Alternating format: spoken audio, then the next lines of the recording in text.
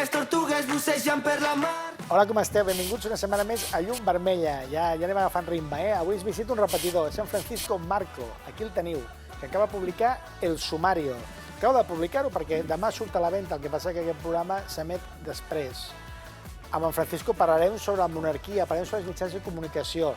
Li fotrem a tothom al menjo, que disparo cap a dalt. En res, a la que acaba de tirar la careta, en Francisco està assegut a la Butterfly i jo al tauret. Fins ara, gràcies. It's alright, alright, alright. Quan tot és tan gran i tan petit, tan merda i tan bonic, tan pobre però tan ric, que visc somiant que visc, tan gran i tan petit, tan merda i tan bonic, tan pobre però tan ric. I ara brinden les tortugues bussegen per la mar. Hola, ¿cómo están? Bienvenidos de nuevo a Llum Vermella. Sabéis que lo hacemos en castellano. Ya tenemos a Francisco Marco, que es repetidor, ¿eh? Francisco, ¿qué tal? ¿Cómo estás? Muy buenas, ¿cómo estás? Bienvenido, Francisco. Muchísimas gracias. Vamos a hablar sobre tu nuevo libro, El Sumario. El sumario. Déu-n'hi-do, que es diu en català. Al final es comprobar cómo cosas que ocurrieron en 1915 se repiten en 2024 sin ningún tipo de cambio, ¿no? Los chantajes que se cometían en 1915 se vuelven a cometer en 2024. Es una novela histórica, es una novela que me ha costado muchísimo de escribir porque ha sido bucear en 1915 y ejercer de detective desde la actualidad al pasado, ¿no? Para intentar obtener absolutamente todos los datos y comprobar si un incendio que ocurrió, que quemó entero el Tribunal Supremo en Madrid, tenía algún tipo de trasfondo político. Muchos incendios a lo largo de la historia de España en edificios públicos y privados. Sí, sí, y uno de los protagonistas de este libro sufre a lo largo de su vida 3 o 4 incendios. Vamos a hablar del sumario, vamos a hablar también de los medios de comunicación. Hoy estamos a 18, mañana es el libro 19 de noviembre, aunque esta entrevista se emite posteriormente, y el programa empieza en 20. No hace falta ser un premio Ondas para poder hacer un programa bien hecho, ¿no? Obviamente, no hace falta. Lo que pasa es que quien ha ganado el premio Ondas este año merece por lo menos que todos nosotros nos saquemos el sombrero, ¿no? Como un chaval jovencito de repente controla la parrilla tanto pública, o sea, la parrilla pública de la radio y de la televisión en Cataluña y como tiene sus seguidores, ¿no? Yo creo que es un tío que dará muchísimo que hablar y es un tío que por lo que yo sé y lo poco que lo conozco, que vale la pena. Francisco, vamos a hablar también de los medios porque en el sumario también aparecen. Vamos a ver, cuando uno dice, es que mi equipo es de 300 personas, si hay 300 personas y uno es la mente pensante o quien ejecuta, el programa debe ser muy bueno, ¿no? No un programa así como, ¿no?, naif o espumoso. Pero equipos de 300 personas en la televisión actual, ¿tú crees que hay alguno? Sí, sí, sí. Y presupuestos millonarios también. Sí, presupuestos millonarios, sí, pero todo depende. Al final, yo siempre acabo pensando lo mismo. Todo depende del rédito que obtengas a cambio, ¿no? Si ese programa atrae publicidad millonaria, vale la pena. Esto se entiende muy bien en el mundo del fútbol, ¿no? Un hombre puede ganar 100 millones de euros, no podría ganar 100 millones de euros, pero si obtiene réditos para el club que lo ficha de 100 millones de euros, ¿por qué no? La gente ya sabe que no opinamos igual, Francisco. La cuestión es que son televisiones públicas las dos, porque me refería tanto a David Broncano como a Ricard Ostrell. La generación mía, Francisco, no está muy contenta como está actualmente todo, desde los medios hasta la corona, que también hablaremos por tu libro. A ver, yo que conozco a muchísimo periodista, muchísimo, o sea, mi entorno personal es un entorno con muchísimo periodista como amigo. Es cierto que la generación de los 20 a los 30 y muchos 40 es una generación cuyos sueldos son ínfimos para lo que están dando, ¿no? Porque al final no nos olvidemos que un periodista, en muchísimos casos, lo que nos permite a los ciudadanos es mantenernos informados. Y yo creo que esa profesión, yo siempre he dicho que si no hubiera sido detective o abogado, hubiera acabado siendo periodista, ¿no? Porque es una profesión que a mí me parece maravillosa. No en vano el protagonista principal del sumario es un periodista de 1915, ¿no? Pero si yo me pongo, claro, yo que he leído mucho de aquel periodismo, ¿no?, de principios de siglo, era un periodismo depauperado, era un periodismo donde no se les pagaba dinero, ¿no? En fin, con la democracia, ¿no? La figura del periodista empieza a ser valorada. Y yo creo que hacen una verdadera labor social, hacéis una verdadera labor social, sois el contrapunto a los tres poderes, por lo tanto es una labor encomiable y es una labor que debería estar mejor pagada. Atacar a los que destacan me parece un absurdo, como en cualquier otra profesión, porque yo sí... A mí me gusta disparar hacia arriba. Sí, pero si yo escucho lo que se dice de mí, que soy el periodista y el detective más representativo de una generación, pues claro, la gente, pues unos hablan de que estoy sobrevalorado, otros hablan de que soy un blef, se dicen tantas cosas, pero al final yo cuando voy a la universidad y doy clases en la Universidad de Investigación Privada, la clase que se llena es la mía, porque todos esos jóvenes quieren ser yo, ¿no? Entonces, bueno, pues atacar al de arriba porque ha llegado... Yo lo único que pienso siempre en estas cosas es... Sino porque lo hace mal también, Francisco. Que lo hace mal. Lo hace mal. Es decir, no ha incorporado a gente joven nueva, tanto uno como el otro. No ha cambiado los formatos que hacen, tanto el uno como el otro. No se ha independizado ni ha trabajado por cuenta propia, tanto el uno como el otro. Depende de la publicidad, como decía Jiménez, que le acaban de quitar un patrocinador, una publicidad del programa. Es decir, no, pero no podemos comparar a Ricard con Iker Jiménez. O sea, Iker Jiménez proviene de un mundo, del mundo del UFO, del mundo del OVNI, que es maravilloso. O sea, es un tío que capta muy bien un sector que no estaba tratando los medios de comunicación, es un tío que se hace grande ahí y es un tío que tú puedes estar de acuerdo, ¿no?, con sus pensamientos. Yo los programas que hace puedo no estar de acuerdo en la forma de tratarlos en la mayoría, porque es show business y no es periodismo. Pero tiene su público, tiene su... Yo no estoy de acuerdo, Francisco, es el primero que se va para Iporta, Ricardo Ostrell se va con hotel pagado a los Estados Unidos. Déjame acabar. Entonces, sí. Él hace show business, me parece fenomenal. O sea, es decir, me encanta como show business, no es periodismo. Ricardo Ostrell hace periodismo. Tampoco estoy de acuerdo. Bueno, yo sí. Vamos. Además la conversación. Además creo que usted... ¿Qué le ves de periodismo? Es decir, ¿qué investigación ha hecho Ricardo Ostrell a lo largo de su carrera? Por ejemplo. Pero es que el periodismo no tiene por qué ser investigación. Ese es un error. Pues ¿qué entrevista memorable recuerdas tú, Ricardo Ostrell? Yo le recuerdo una carrera meteórica, un programa que, como él muy bien ha dicho cuando le hacían los Ondas, él en estos momentos puede hacer entrevista reposada, que entrevista reposada en televisión no se veía desde los años 90, hace entrevista reposada, o sea, le acaba de hacer una entrevista... no me acuerdo, ha sido una escritora que es maravillosa, y eso no se veía en televisión. Y en esos momentos tú puedes ver una entrevista en profundidad. Las entrevistas de mayor profundidad que yo he visto en Cataluña eran las de Cuní. Ojalá Ostrell se convierta en un nuevo Cuní, y lo digo absolutamente en serio. O sea, Cuní, para mí, te guste o no te guste Cuní. O sea, es que al final tenemos que intentar separarnos. No es el gusto, Francisco. Ojalá Ricardo Ostrell nunca sea Josep Cuní, con su ambivalencia y su equidistancia. Quiere decir que cada uno sea como quiera. Pero yo te estoy diciendo el formato, la forma de entrevistar. Luego cada uno piense lo que piense. O sea, hay que diferenciar muy bien la figura de Ricardo Ostrell persona de la de Ricardo Ostrell profesional, ¿no? Y a mí me parece que Ricardo Ostrell profesional está haciendo una carrera meteórica, una carrera maravillosa, y una carrera que tanto los de arriba como los de abajo, porque está en una edad que empezó muy joven, deberían fijarse unos para cómo evolucionar y otros para cómo crecer. O sea, yo es que creo que al final uno debería estarse fijando siempre, yo me fijo siempre, no me fijo en lo que se está haciendo en investigación privada en España, sino lo que me fijo en lo que se está haciendo en investigación privada en Estados Unidos. Y lo miro con una envidia sana, y yo quiero ser aquellos, los de Estados Unidos.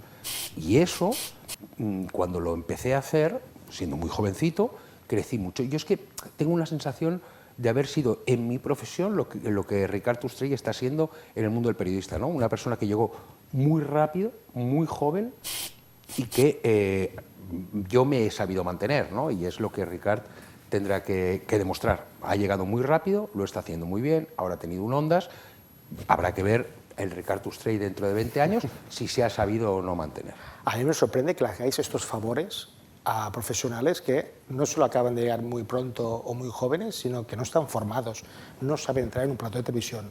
Broncano no sabe hacer preguntas y ha recibido el favor también de Boris Izaguirre, de también Bertín Osborne. Compararme a Broncano con Ricard Ustrell es compararme Son dos profesiones de la televisión pública. el show business con el periodismo. Es que son dos conceptos antitéticos. Pero contestando, Ricard Ustrell es un gran periodista, pero vamos a ver. No te puedo decir, yo te puedo decir mi experiencia. Sí, Y mi experiencia pero es que ha sido... lo alabas y lo pones tan alto, Francisco, es decir, tú te has dedicado muchos años a la investigación privada y tienes una empresa privada de detectives, quiero decir que también pongamos las cosas en su lugar, porque no Sí, lo compara pero con el rey. no podemos comparar a Ricard Ustrell con Francisco Marco. O sea, Ricard Ustrell es un periodista que en estos momentos está haciendo televisión y radio generalista.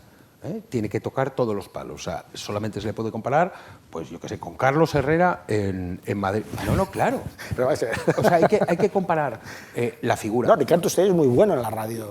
Yo no se me puede a mí decir, porque yo hago investigación, porque entonces para eso se me debería comparar o a Maika Navarro o a Carlos Quílez, que son dos periodistas, o a Esteban Urreitieta en Madrid, o a Dani Montero, o a otros periodistas que hacen investigación, ¿no? Entonces, la comparación entonces sería válida conmigo, sí, pero Ricard Ustrell es un periodista generalista, no se le puede comparar a mí.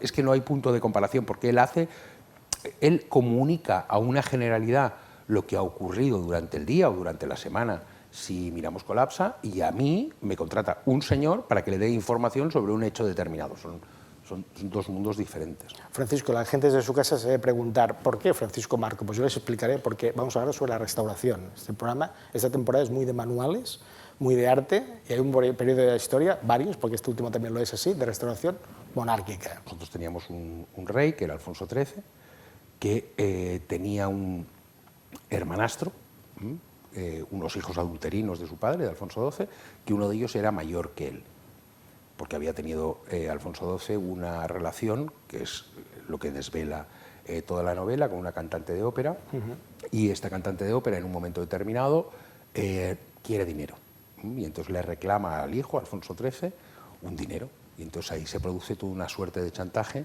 que nos podría llevar o trasladar a lo que ha ocurrido pues, o con Bárbara Rey o con Corina, con Juan Carlos I. Era más interesante Francisco, ¿no? ¿Decís? Sí, bueno, pero yo me fijo en un elemento. O sea, yo cuando inicio esta novela me pregunto, yo odio las teorías de la conspiración y forma parte de mi ser, y entonces me pongo a investigar posibles teorías de la conspiración que han ocurrido en España, ¿no? Y encuentro un incendio del Tribunal Supremo, o sea, imaginémonos todo el Tribunal Supremo que se va abajo, ¿no? Que se incendia por completo, y que ocurrió en 1915. Y yo localizo esa idea y digo, ¿y por qué yo que soy un tío que leo muchísimo, por qué no sé que en 1915 se quemó el Tribunal Supremo? Pero no que hubiese un pequeñito incendio, no, se quemó y se derrulló todo el edificio, ¿no? Y durante 30 años estuvo en construcción. Y entonces me pongo a investigar en la prensa de la época, porque la función de la prensa es enseñar, ¿no? Y entonces yo me pongo a investigar y veo que empiezan a haber determinado tipo de rumores, ¿no? Profundizo un poco más y veo que ya existen rumores de que alguien hizo quemar el Tribunal Supremo. Entonces yo me planteo, ¿y por qué alguien puede intentar hacer quemar un tribunal como el Supremo? Y digo, para quemar algún sumario. Por eso la novela se llama El Sumario, ¿no? Y entonces ahí empiezo a profundizar en qué sumarios pudieran haber desaparecido entonces, y entonces me encuentro con un sumario de una reclamación de estos hijos adulterinos de Alfonso XII a su hermanastro Alfonso XIII. Profundizo un poquito más y compruebo que durante la República un catedrático de Derecho Penal intenta poner una querella contra Alfonso XIII por falsedad documental, por un documento que se incluyó en un sumario en 1915. Y de repente compruebo que en 1932, durante la República, un tribunal le dice a este catedrático de Derecho Penal, oiga, usted no puede ejercitar esta querella porque el documento sobre el que usted se basa toda la querella se quemó en el incendio en 1915. Entonces, a partir de aquí, podemos montar una teoría de la conspiración. Vamos a hacerlo un poco divertido porque la historia a la gente le cuesta un poco de aceptar y de escuchar, ¿eh? Vamos a ver, pero aquí lo interesante no es la historia de la familia, es decir, se cambia una ley sálica, ¿no? Isabel II llega al trono, que podría pasar algo así, ¿no? Ahora que se modifica la Constitución para que una de las hijas del rey llegara al trono. Entonces, hablando de infidelidades o hablando de, ¿no?, de lo que comporta lo que es más la familia, la corona que el rey, ¿era más interesante enfocar la novela a partir de Isabel y después contar más con Helena? Pero es que la novela está basada en un incendio que se produce en 1915. Claro, si yo tengo que hacer una... Primera, que yo no soy historiador, o sea, yo soy detective, y como tal lo que he profundizado es en saber... Por ejemplo, hay un elemento muy chulo en la novela, la rumorología de entonces era que había una señora de la aristocracia que había hecho quemar el Tribunal Supremo para luego alquilar un edificio a la Audiencia Provincial de Madrid y ganar así dinero, ¿no? Eso se entiende muy bien en el siglo actual. Bueno, pues yo he profundizado, yo sé el estadillo de gastos de ese edificio, cuánto se pagaba, cuánto se cobraba, quién pagaba, tengo toda la documentación personal, los contratos entre la audiencia y esta señora, y eso también trasluce mucho, o sea, trasvasa toda la novela, ¿no? Porque al final a mí no me interesa tanto la casa de Su Majestad el Rey, ni de entonces ni de ahora, sino lo que nos sucede a la ciudadanía y a la gente que podía haber estado imputada en esos momentos. Por ejemplo, hay un violador que estaba en los calabozos, ¿no?, del Tribunal Supremo. ¿Quién es ese violador? ¿Por qué se le acusaba? ¿Cómo se le acusaba? O sea, es una novela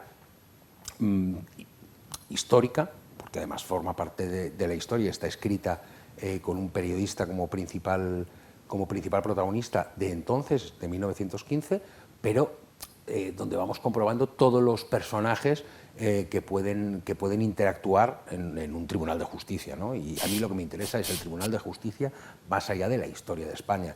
Es obvio que al final todos los personajes históricos van pasando, ¿no?, por toda la novela, pero a mí lo que me interesa en este caso es el mundo del periodismo en 1915 y quién pudo haber quemado el Tribunal Supremo, y eso...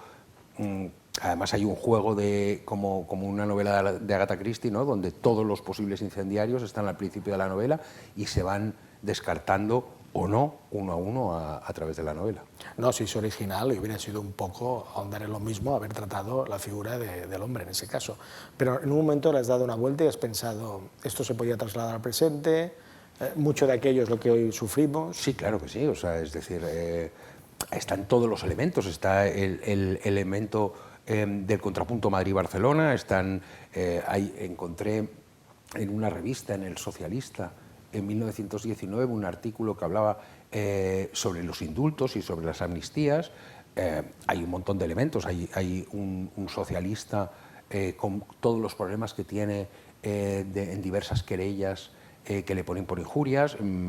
Están el principio del nacionalismo exacerbado, claro que tiene... o sea, la novela se puede ver perfectamente desde 2024 y todos los personajes más o menos hacen lo mismo, pero a mí lo que me interesó es exactamente el chantaje a la Casa Real, o sea, es decir, cómo una señora que tuvo simplemente una relación extramatrimonial con un rey y sus hijos pueden chantajear a la corona, sacarle dinero, y encima cuando ellos se quedan sin dinero porque no hacen unas buenas inversiones, ¿cómo la vuelven a intentar chantajear? Y entonces a partir de ahí se producen diversos incendios, entre otros el de 1915 del Tribunal Supremo. La gente ahora en su casa está pensando Bárbara Rey, Bárbara Rey, Bárbara Rey, es decir, está haciendo paralelismos. Lo que pasa es que aquí era una cantante de ópera internacional, ¿eh? Sí, sí, una cantante de ópera internacional, una cantante de ópera que vivía en Francia y que es entonces cuando conoce a Alfonso XIII. Pero es que los paralelismos existen, ¿no? Esa cantante de ópera llegó a estar viviendo dentro del Palacio Real. De Corina se decía lo mismo, ¿no? Que estaba viviendo dentro de los aledaños de Moncloa, de la casa de Su Majestad el Rey en la actualidad, ¿no? Bueno, al final siempre el mundo es muy circular y el mundo da vueltas, ¿no? Y al final eso se comprueba muy bien en la actualidad, ¿no? Todo lo que ocurre ahora ha ocurrido en algún momento de la historia, y los ciudadanos lo que debemos aprender es de aquello, ¿vale?, para no volverlo a repetir. Lo que pasa es que lo repetimos sistemáticamente. ¿Era necesaria la restauración, Francisco, como después de de la dictadura, una restauración monárquica? Es decir, ¿por qué no funciona un Estado republicano en España? Yo te lo podría decir desde el punto de vista muy de detective, ¿no? Es decir, sí, yo siempre al final acabo pensando en lo que piensa el ciudadano. Y lo que piensa el ciudadano es, yo prefiero enviar a un rey a Francia o Estados Unidos que a un presidente de la República, por dos elementos principales, ¿no? Uno, porque la figura de un rey es una figura que genera muchísimo más poso y muchísimo más... se le da muchísima más importancia que un presidente de la República, porque un presidente de la República se le mira de tú a tú, ¿no? Y a un rey no se le mira de tú a tú. Y al final yo creo, y ahora no voy a hablar de la Casa Real Española, pero sí yo creo, hay un dicho en Aragón, y mi familia era aragonesa, que dice: vota al gordo porque el delgado tiene que engordar, ¿no? Si nosotros enviamos a un rey ya no nos tiene que robar. Si enviamos a un presidente de la República, aunque sea de 4 y 6 años, pues nos va, pues al final si nos tiene que robar, yo no digo que nos robe, pero yo digo, si nos tiene que robar, nos va a robar uno cada 4 años, uno cada 6. Ya tenemos el rey, ya está todo hecho. Es ser un poco pesimista, Francisco. Es decir, No, es un poco políticos realista. buenos. Es un poco realista, porque yo al final siempre veo el mundo de la política como un mundo de la política, como un mundo cortoplacista, ¿no? Vuelvo a poner el mismo ejemplo que en el fútbol. O sea, al final un futbolista tiene que ganar más dinero que tú y que yo. Tú y yo tenemos una carrera profesional a 40 años y ellos la tienen a 10 años. Por lo tanto, en 10 años tiene que ganar lo mismo que nosotros en 40. Bueno, pues al final determinados políticos ven la vida a 4 años. Y entonces creen que tienen que ganar en 4 años lo que nosotros en 40. Claro. Entonces, Francisco, nos roban por 10. En aquella época existían también las fake news. Sí, claro que existían las fake news. Ahora estaba pensando y sí. Existían las fake news, entre otras porque entonces habían como 100 periódicos en España, en estos momentos, o sea, 100 periódicos en papel. Bueno, ahora estamos igualándolos por el mundo de lo digital, ¿no? Y como era una España muy bipartidista, ¿no? entre dos sistemas políticos, entre dos partidos políticos, pues entonces se producían los periódicos muy de partido, ¿no? Y entonces cuando existe algo muy de partido, pues siempre existen fake news. O sea, si cogemos el país y el mundo y vemos la misma noticia, vemos dos puntos de vista absolutamente antitéticos. Entonces, como ciudadano uno acaba pensando, ¿cómo pueden estar diciendo sobre lo mismo dos cosas absolutamente distintas, ¿no? Bueno, porque al final se le está poniendo un rasero político. Yo por eso cuando yo hablo con mi hijo, o con todos ellos, pero uno de ellos es el que más lleva la política en la cabeza, ¿no? Y él adopta la posición de un solo medio, yo siempre le acabo diciendo, oye, ¿por qué no lees 5 medios de comunicación al día y entonces podrás tú tomar tus decisiones y no asumir las decisiones que alguien está intentando inocularte directamente en vena, ¿no? Bueno, pues, al final las fake news es eso, es inocularte en vena cosas que no existen. Tú, como otros entrevistados, me has traído algo. Algo que está en esta caja. Voy a mirar a ver si me llevo sorpresa o no. ¿No será el sumario? No, el sumario lo tienes tú. A ver, esto, Francisco, de momento creo que es para mirar mejor, ¿no? Sí. Vamos a ver, te lo acerco. Cuéntanos. A ver, yo al final he traído una lupa. Sí. Yo siempre, en mi agencia de detectives, ¿no? Cuando mi madre empieza en 1986, todas las agencias de detectives, ¿no? Utilizaban lupas, huellas, etcétera, en sus logotipos.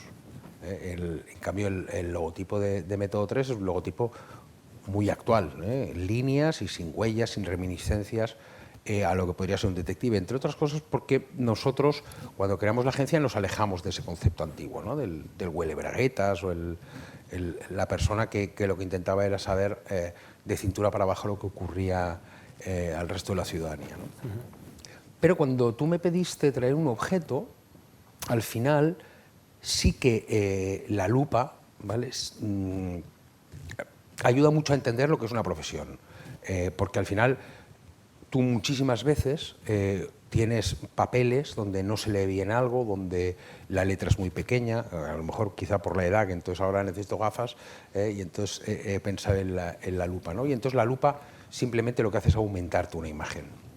Y al final enseña muy bien lo que hace un detective, ¿no? Que es simplemente aumentar algo, ¿vale?, para enseñárselo a terceros, ¿no? Yo como detective, al final, mi trabajo diario es obtener información para llevarla a juzgados, ¿no?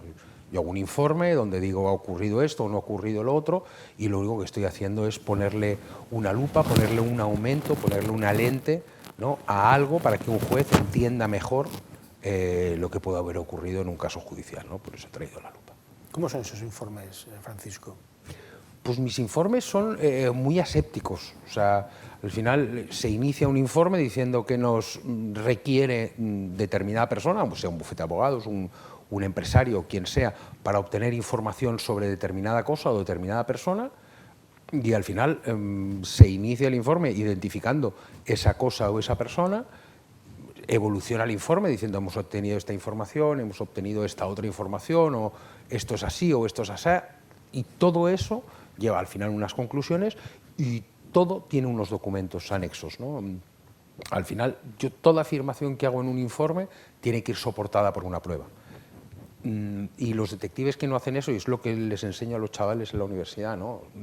Uno no puede hacer afirmaciones si no sabe, o sea, si no puede probar con algo documental, me es igual, o una grabación con una persona, o un vídeo, o un seguimiento, lo que sea, pero uno tiene que soportar esa afirmación. Y entonces, volviendo a lo de los medios de comunicación que hablábamos al principio de la entrevista, quizá eso es lo que yo echo de menos, ¿no? Que se hacen afirmaciones, por eso existen las fake news, porque se hacen afirmaciones sin tener soporte documental de algún tipo. Entonces, cuando uno hace afirmaciones sin poder demostrar lo que está afirmando, pues bueno, debería tener consecuencias jurídicas más importantes. En mí las tendría. Yo, si hago una afirmación que es falsa en un informe, a mí me pondrían una querella en 5 minutos. Y llevo haciendo informes desde 1986, mi agencia, y yo desde 1995, y jamás nos han puesto una querella por injurias, porque nunca han podido demostrar que nosotros habíamos dicho algo que no era real. He comentado que volvías al programa y me han dicho, pregúntale esto, y esto es un poco injusto, ¿no?, que te hagan seguimientos. El detective, cuando le contratan, lo primero que tiene que saber es que la persona está legitimada para contratar al detective. Es decir, tú no me puedes contratar a mí para saber de Pepito y de Juanito y de Manolito, pero si a ti alguien te hace una reclamación judicial, tú tienes derecho a saber si la reclamación judicial esa es certera. Si tú tienes un jefe y te está pagando el sueldo y tú te quedas en casa sin ir a trabajar, tu jefe tiene derecho a saber si estás enfermo o no estás enfermo, ¿no? Entonces, el detective lo que tiene que tener muy claro es que, porque invadimos intimidades ajenas, es que cuando entramos a conocer de esa persona, ¿vale?, lo hacemos de forma legitimada. O sea, quien nos contrata está legitimado para saber. Eso se entiende bien.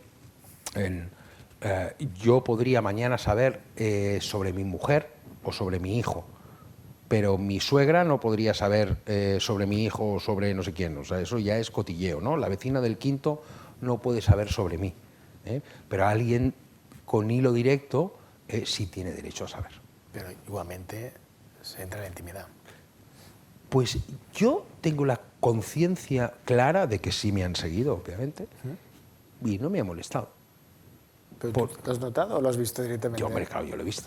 Pero a mí no me ha molestado, porque yo he entendido, a mí me han seguido en el ámbito más puramente policial que en el ámbito personal. En el ámbito personal nadie ha necesitado seguirme, ¿no? Pero yo pues bueno, yo he pensado, bueno, pues ellos intentan saber algo de mí que no es cierto. Bueno, pues que me sigan, que así sabrán que no es cierto, ¿no? Yo no tengo miedo a que se sepa, como se ha escrito tanto de mí y se ha dicho tanto de mí, es que no tengo miedo a que se sepa de mí. En lo personal nadie tiene por qué tener interés de cómo es mi vida personal, incluso yo la narro en Instagram y me quedo tan ancho, y en mi vida profesional, quien tenga ganas de meterse conmigo, pues tendrá lo mismo al final de mi parte, ¿no? Entonces, a ver quién gana más. Yo siempre digo lo mismo. A mí, en un momento determinado, el comisario Villarejo me investigó, y luego él acabó en la cárcel y yo sigo desayunando todos los días en el mismo sitio. Entonces, ahí que cada uno piense lo que quiera. Que guardo la lupa. Te quería preguntar también, Francisco, la gente hoy en día está más sensibilizada, ¿no?, respecto a la intimidad. Bueno, sí, yo creo que además es necesario sensibilizarse sobre la intimidad, ¿no? No nos olvidemos que en estos momentos entre 6 y 7 horas al día las pasamos consumiendo contenido digital. Me da igual con un móvil, me da igual mirando la televisión, cualquiera de los canales que hay de streaming, o viendo este programa, o consumiendo periodismo porque lees las noticias, ¿no? Y en esos momentos, y cada vez que nosotros navegamos con ese avatar nuestro, de nuestra personalidad jurídica digital, estamos dejando ir rastros de pan, ¿no? Estamos dejando ir partes de nuestra intimidad. Si alguien, como yo, por ejemplo, tiene conocimiento de ubicar todos esos rastros que hemos ido dejando, generas una huella digital de una persona.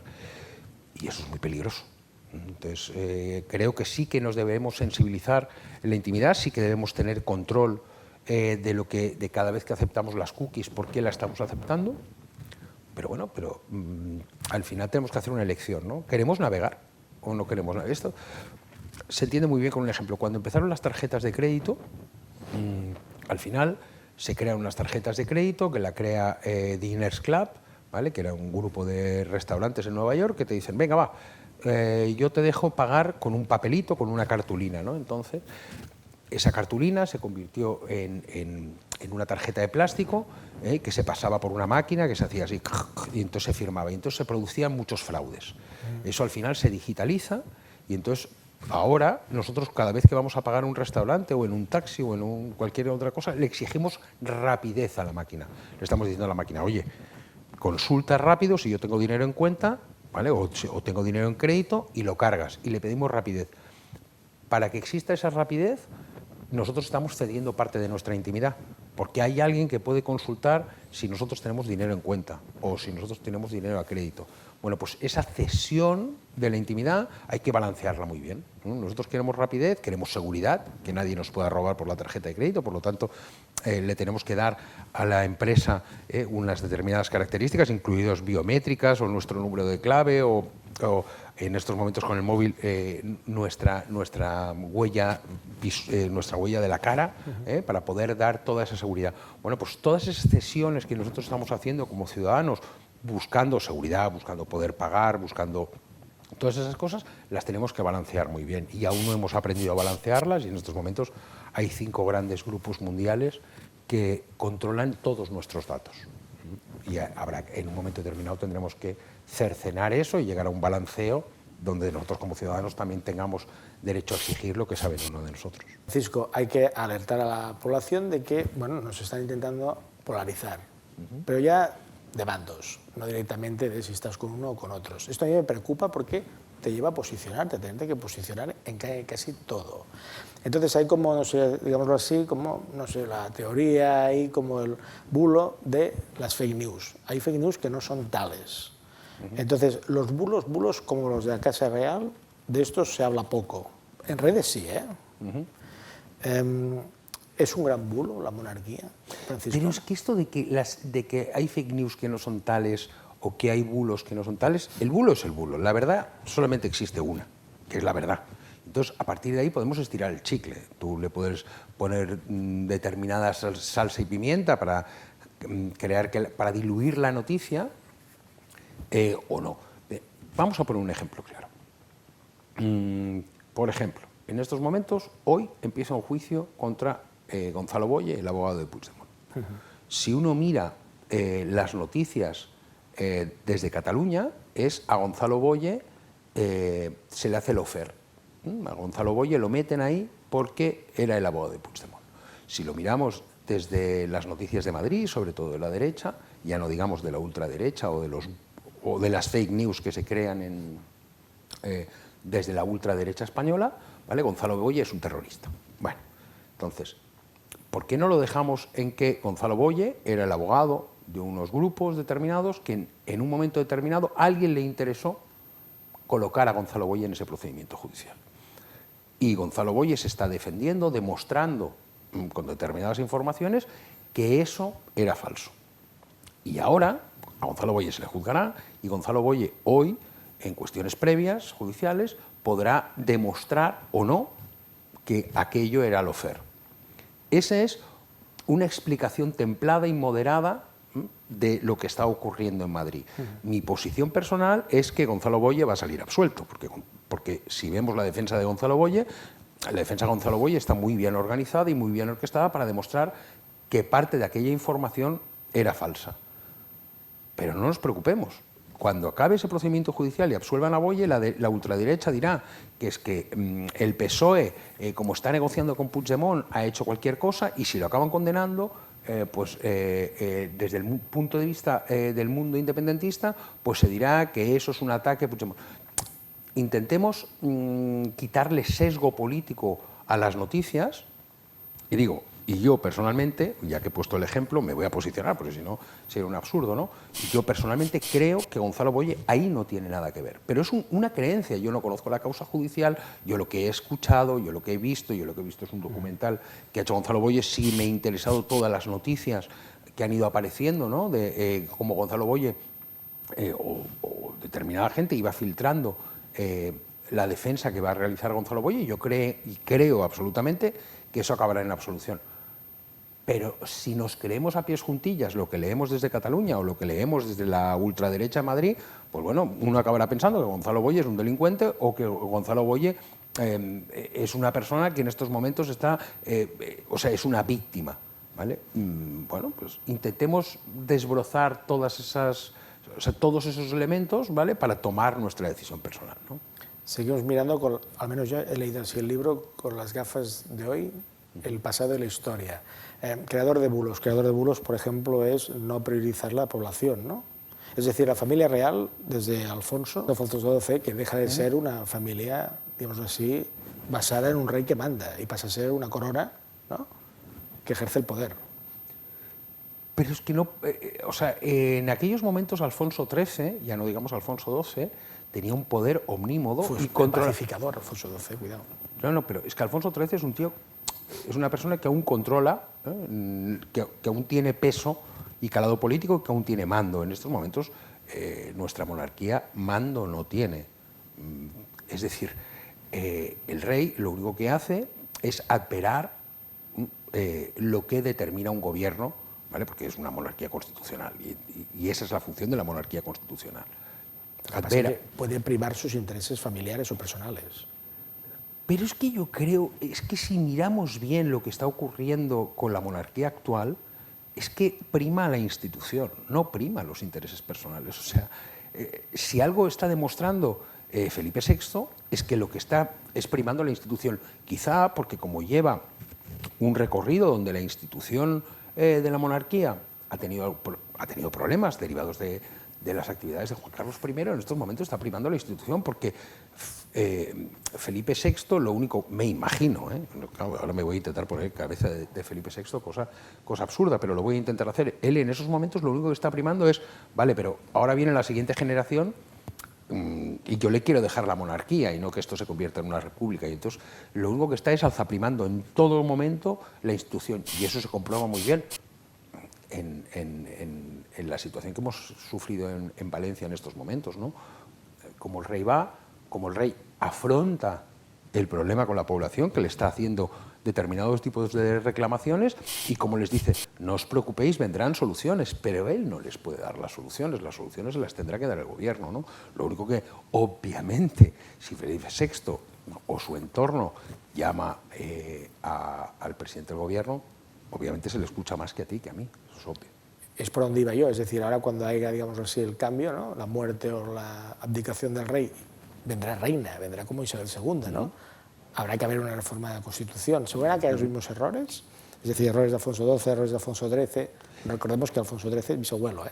Sí, todo el mundo se sitúe. Pero los cambios tienen que venir con los cambios históricos. O sea, es decir, en estos momentos nadie entendería que se dijese que por una ley sálica una mujer no puede gobernar, y a lo mejor hace 50 años era muchísimo más difícil de mantener, ¿no? Al final, no podemos. Yo cuando pongo mis ojos de 2024 en esta novela, en 1915, intento hacerlo con ojos de una persona alejada de 2024, porque claro, cuando yo estaba escribiendo la novela, ¿no?, y leía cosas y la documentaba, yo pensaba, claro, si yo pongo una situación lésbica, por ejemplo, en 1915, ¿cómo se me verá? Si yo pongo a un periodista entrando en un burdel a obtener información, ¿esto cómo se verá de 2024? Al final le quité el sesgo de 2024. O sea, ¿eso ocurría en 1915? Sí. ¿Habían informantes en prostíbulos? ¿Los periodistas iban a prostíbulos? ¿Allí se informaban? Sí. Bueno, pues al final hay que dejarlo, ¿no? Claro, si yo tengo miedos a escribir lo que ocurría en 1915 por mi visión de 2024, es una equivocación. Al personaje le pasan muchas cosas, ¿eh? Se le muere la madre, quiere decir que hace una transformación grande a lo largo de la novela.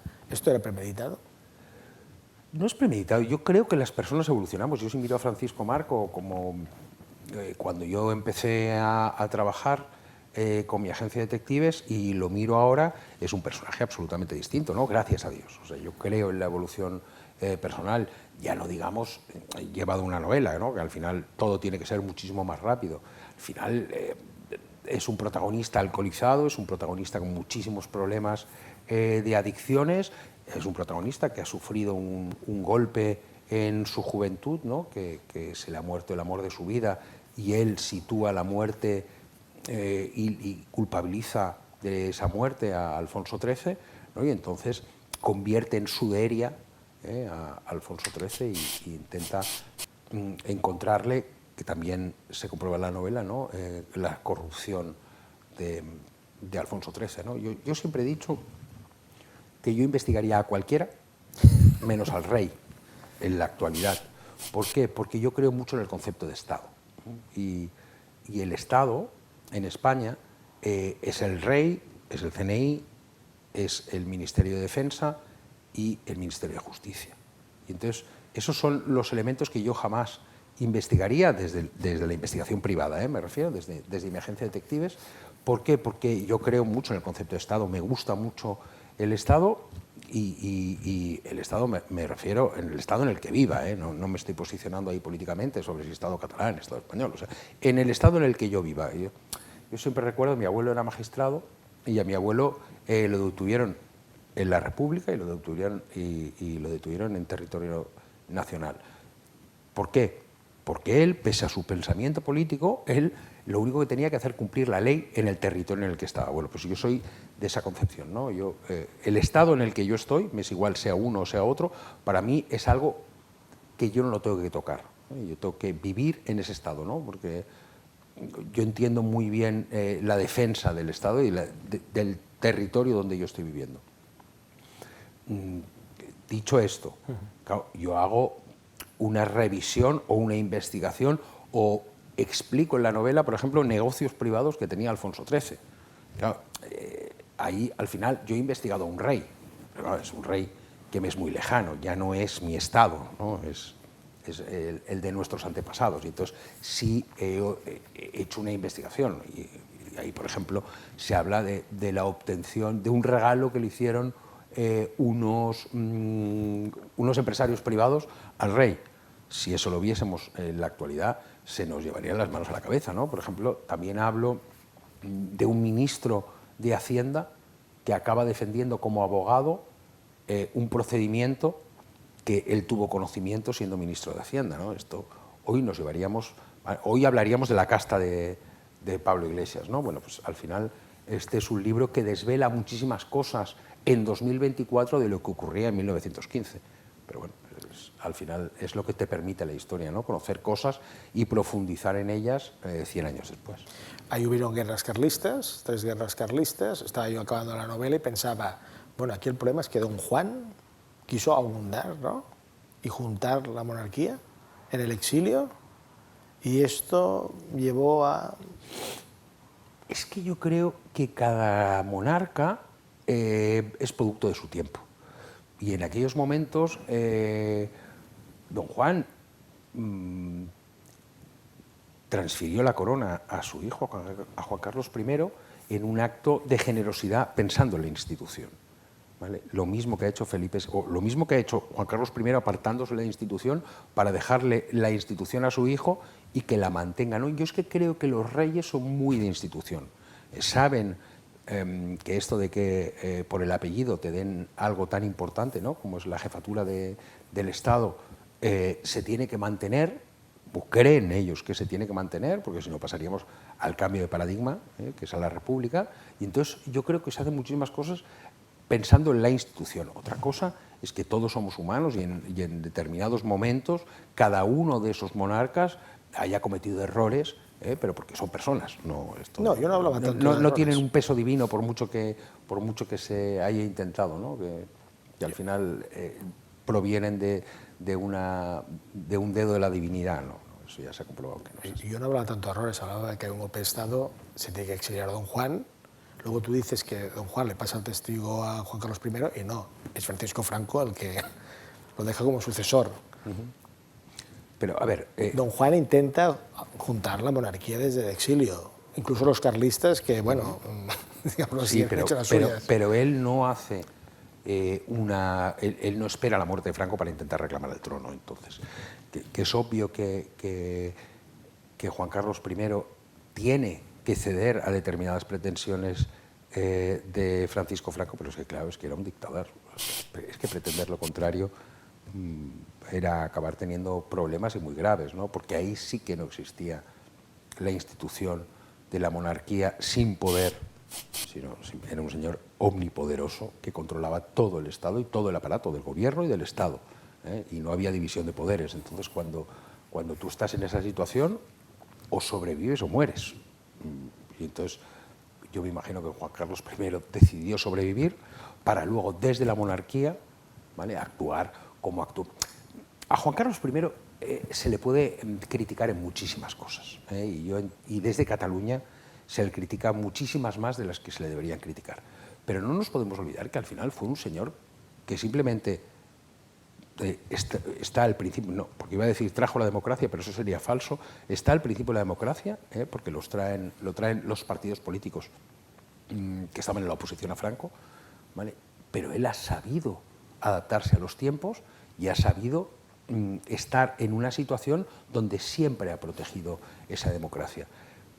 Que la gente dice que Juan Carlos I ¿Se ha lucrado? Se ha lucrado. Esto es como cuando se dice que Jordi Pujol se ha lucrado.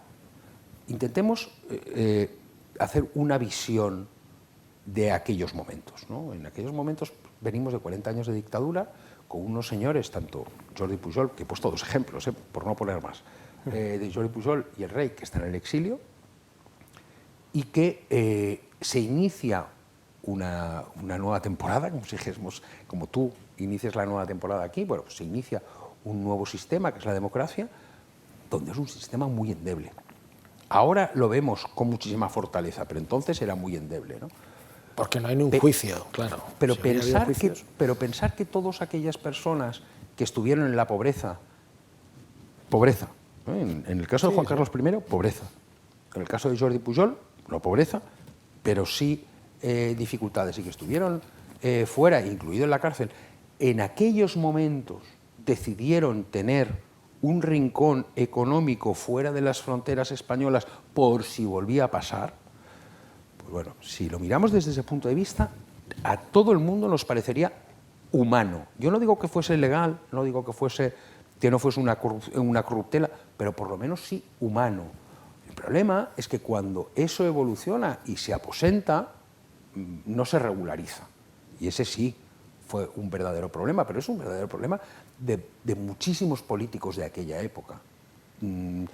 Es que podría hablar de tantos que han tenido dinero en el extranjero, incluido de partidos políticos en bloque que han tenido dinero en el extranjero por si venían mal dadas.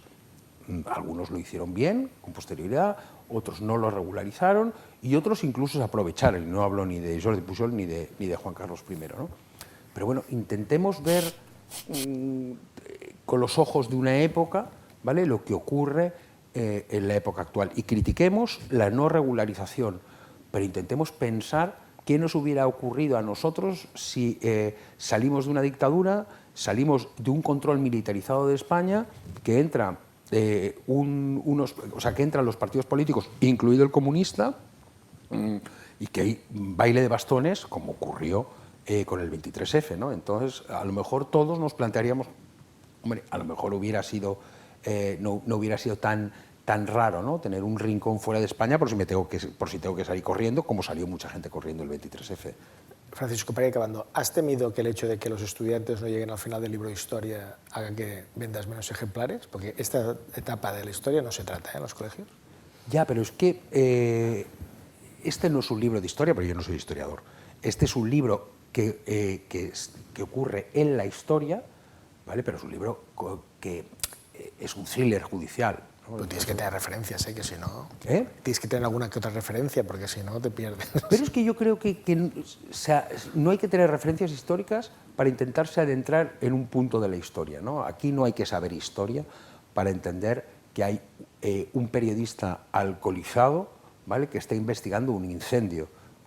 A mí me da igual que sea un incendio en el siglo V, en 1915 o en 2024. Al final no tienes que tener puntos de referencia de la historia, porque es un libro donde todo el peso histórico se va por el desagüe, porque yo no intento enseñar historia a nadie. Lo único que yo siempre he pensado que un niño de 24 años o de 23 años puede leer este libro y pasárselo bien. Y antes de enviarlo a editorial lo hice así con mi hijo, y mi hijo sí aprendió historia que no conocía con el libro, pero lo leyó perfectamente porque es un libro que al final es un thriller judicial. Francisco, quien haya pisado una biblioteca, un archivo, etcétera, sabrá que hay impedimentos, ¿eh? ¿Te ha costado mucho indagar, entrar en esos sitios? Sí, sí. ¿Ha habido algo que no te hayan enseñado o dado? No, porque a mí es difícil, pero por mi profesión y por mi sistema de vida es muy difícil no intentarme ocultar un papel, ¿no? Porque me dedico todos los días a desbrozar papeles y a revelar secretos, ¿no? Y al final yo siempre cuando busco la documentación para un libro actúo como detective y no como escritor, ¿no? Y luego le pongo la escritura cuando ya tengo toda la documentación. Sí, obviamente en España no existe una ley de transparencia. Obtener un sumario hoy del Tribunal Supremo, aunque sea de 1915, es muy dificultoso, ¿no? Pero al final yo estuve sentado dentro del Tribunal Supremo sin poder hacer fotocopias y sin poder hacer fotografías, pero sí yo tuve acceso a todos los archivos de ese sumario de 1908, ¿no?, que afecta a la Casa Real. Y ahí se ve muy bien en todo el libro cómo se van poniendo cada uno de los elementos, ¿no?, para al final acabar llegando a una conclusión. ¿Hablaste con algún familiar? ¿Con un familiar de quién? Bueno, de los históricos. No. ¿No le has pasado nunca el borrador a nadie? Al final, sí, obviamente he hablado con mucha gente, pero al final es un libro que habla de un sumario incendiado en 1915, ¿no? Y el sumario no me podía hablar. Yo lo único que he tenido que ir es buscando los elementos colindantes, pero como te he dicho, o sea, a lo mejor tengo, no sé, 7 cajas de papel sobre todo lo que ocurrió en 1915, porque es que al final ahí se desvelan amantes, no amantes. Vuelvo a decir lo mismo, se incendió un sumario en 1915, una demanda de 1908. Yo tengo el sumario original. Y además, quien compre el libro verá que hay un microsite en Internet donde todos esos documentos históricos que yo tengo y que deberían haber desaparecido en 1915, en ese incendio del sumario, yo los he obtenido y la editorial los ha digitalizado y los ha puesto en Internet, ¿no? Y ahí radica el gran kit de la cuestión de este libro. Si todo se incendió en 1915, ¿cómo yo tengo esos documentos de 1915? Gracias, Francisco, por la entrevista. Leer el libro y leer historia también, porque si no ya sabéis que después se va a diferenciar el bien del mal. Gracias, hasta la semana que viene. I ara brinden les tortugues, bussejant per la mar.